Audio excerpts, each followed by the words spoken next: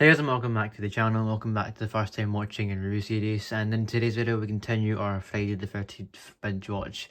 And today we watch Friday the 13th part 5, A New Beginning. Yes, this is now us a little over the halfway point because there's 8 films in this collection set, as we all, and I'm sure you all are used to by now.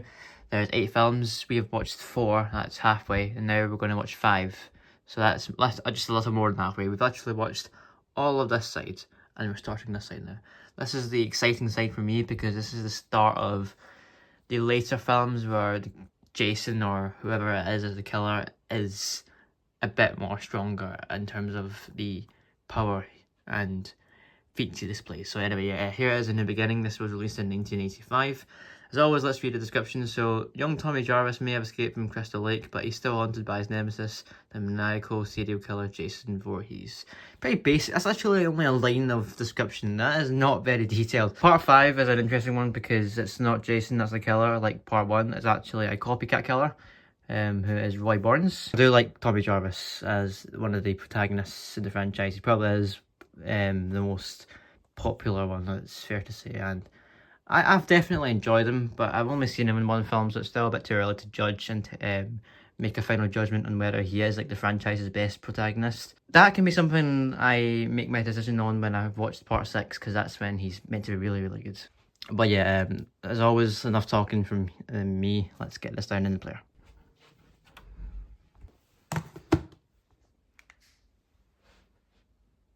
So let's take the case out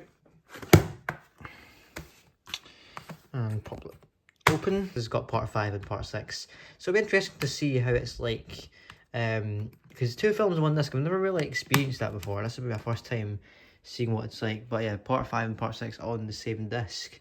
Interesting. I still don't really understand why they couldn't have just made an individual disc like they did for the first 4 films for the next 4, but I guess it's maybe space in the case, maybe, perhaps. But yeah, it doesn't really bother me too much, but it'll be interesting to find out what it's like having 2 movies in one disc. So this is what it's like. That's interesting. Look, you get the 2 movies on both sides. On the left we have A New Beginning, and the right we have part 6. Okay, and I'm guessing you just, yeah, literally just swipe from left to right. I'm sure I clicked, yeah, I did. There we go. Oh, it just goes straight to the menu. That's pretty cool. Different menu design as well. It's a bit of a step away from the original couple of films where they had the similar same disc menu design. And what's altered up title actually? That's quite interesting. Oh, okay. It goes into Jason Lives. That's pretty interesting actually. So you switch it back. That's cool. Okay. Anyway, enough talking from me. And we're going to start watching part 5 in the beginning. So without further ado, see you after the film.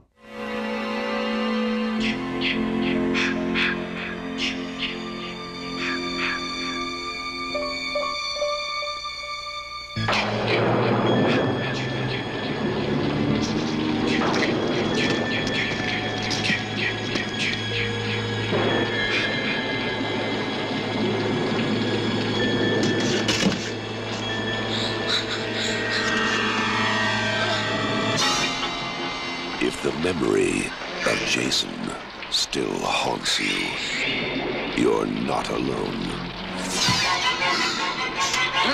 Friday the 13th, Part 5, A New Beginning.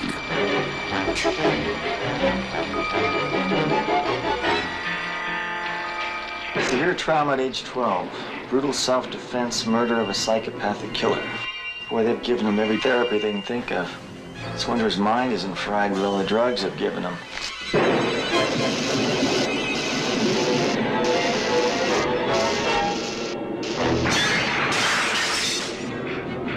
The mindless, murderous fury that was buried with Jason has been reborn. Pete! And suddenly, terror has become child's play.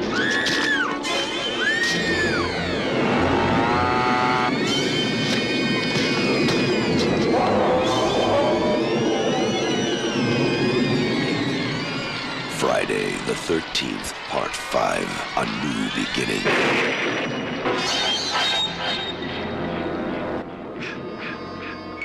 And I've just finished watching A New Beginning. This film was definitely a very interesting one. I say that of every Friday the 13th film I watch, honestly, but this one was definitely the most interesting because it's not got Jason in it. First film to use that concept since part 1, and having a different killer always makes it interesting and more different. There's a bunch of good kills in this film. There's a couple of good kills, and the climatic end bit in the barn's pretty decent. So I'll talk about that kind of stuff later on in the review, but overall, just fresh out after watching the film. My first impressions are it's okay, it's not bad, but there's definitely better in the franchise. It's a main mixed bag for me in this film, but as usual, begin with my positives. Also, before I do that as well, I just want to apologise for the really pure quality, like bad quality image of the poster on screen. It's the only one I could really find of the main poster in the film, and even then it's not a great poster. It's literally just if Jason still haunts you, you're not alone, and then the logo for the film. There's no actual pictures or anything, it's just a blank background, which is pretty boring. But I decided I'd use the main poster in tradition of me using all the other main posters for all the other reviews I've done of the Friday films, so just sticking to that and using part 5's main poster for the review. But anyway, yeah, beginning of my positives. At this point, the Friday films all follow the same formula, of course. You know, the stupid teenagers, the camp forest setting, and a super cool killer. This film is literally that. Part 5 is literally all of that, but with no Jason. Jason is not in this film, apart from Dream Jason, but he is very annoying and doesn't count. Roy Burns is the killer in this film. First film since part 1 to have used a different killer, which is different. I mean, this film is trying to be different in pretty much every single way, in my opinion. It's literally got different killer, different setting. It's not Camp Crystal Lake. It's like a halfway house for like challenge kids, and of course it's got a whole setting of characters. But yeah, this film definitely does. It still feels like a Friday the 13th film, don't get me wrong, but it is pretty different in contrast to, say, the first 4 films where they were all set at Camp Crystal Lake. So yeah, but I do like Roy as the killer in this film. Roy works for me. Roy Burns as the copycat killer is definitely a change up from things, and he actually is pretty decently strong. I actually enjoyed him as the killer. He's got some good kills, like the motorbike kill where he decapitates a guy, or the tree kill where he that one actually looks really painful. Watching that back, that is probably the most painful kill to me, where he ties like a belt around the guy's eyes, his head, and then he tightens it behind the tree, effectively crushing his skull. Basically, that is a pretty painful kill. Or also the kill where he kills Violet, the goth girl, in a room by lifting her up by one hand and then stabbing her in the stomach. That was a pretty fun kill. My only question was, how did she not turn around? She literally, I think Roy was standing there behind her the entire time, not moving, just watching her dance, and then she only decides to turn around after 2 minutes, which I find pretty funny. But that was a fun kill, and with how strong he is, he's actually decently strong. As I said, he's surprising.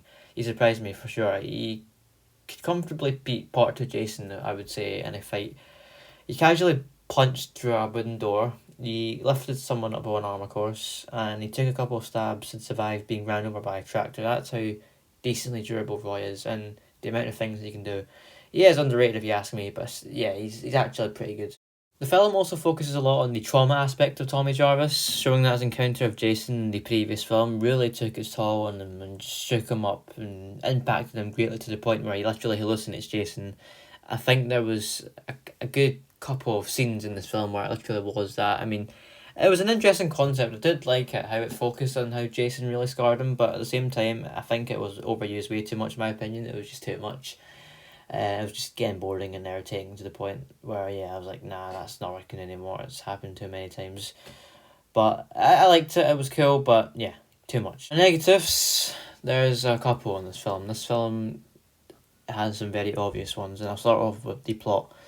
As a regular slasher film from the 80s, it's alright. So if you ignore it as a Friday film, but just piece it as or imagine it as picture it as a slasher film from the 80s, then it's actually decent. It's okay.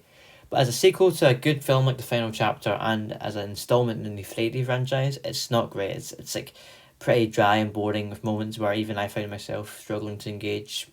I mean, it doesn't help that it's pretty much one of its main elements is the copy and paste plot, with the camp setting kind of but it's just made worse of the dull characters. At least in those earlier films, you had at least a couple of memorable characters. This film has pretty much no memorable characters whatsoever, apart from maybe the Cough Girl and Tommy Jarvis, or maybe Pam as well, and the Black Kid. But other than that, it's pretty dry. Like, it's very, very forgettable. None of them really are interesting, and I think even after a couple of days, or even after, yeah, I'm sure within a week I'll find myself forgetting who half of these characters are, because they are pretty forgettable. They are very dull, and they're not really likable at all as well. And I've never really liked any of the Friday the 13th characters in any of the films, honestly, apart from maybe the main protagonists such as Tommy Jarvis or Chris Higgins. Basically the final protagonist, final boy, final girl I liked, but the rest are pretty meh. That is like the main probably things I wanted to talk about in this film, part 5 in the beginning. It is pretty generic at the end of the day. I do think there is fun moments in this film. There has been some good kills in this film, but at the same time, it's just not good enough, I would say, to be like on the level of part 4 or even part 2. It's just a really mid movie. It's around I'd give it a final rating of probably 3 stars out of 5, and a 6 out of 10. That's okay. That's, for me, that's what I would give it. It's just in the middle, really. It's just okay. There is better films out there, but I would say this film isn't the worst either. There's worse films out there, like Halloween 5 for me, and even Producer's Cut of Halloween 6. So yeah, it's not bad, this film, but there's way better. So anyways, yeah, I'm going to end it here. So thank you for watching this review, guys. If you did enjoy, please remember to like, comment, share, and subscribe if you want to. A very big, exciting film next for the first time watching and review series, of course. That is part 6, Jason Lives. I'll be watching that probably sometime soon, within the next week or so. And yeah, stay tuned for that. And then that's it for this video. Until the next one, bye bye.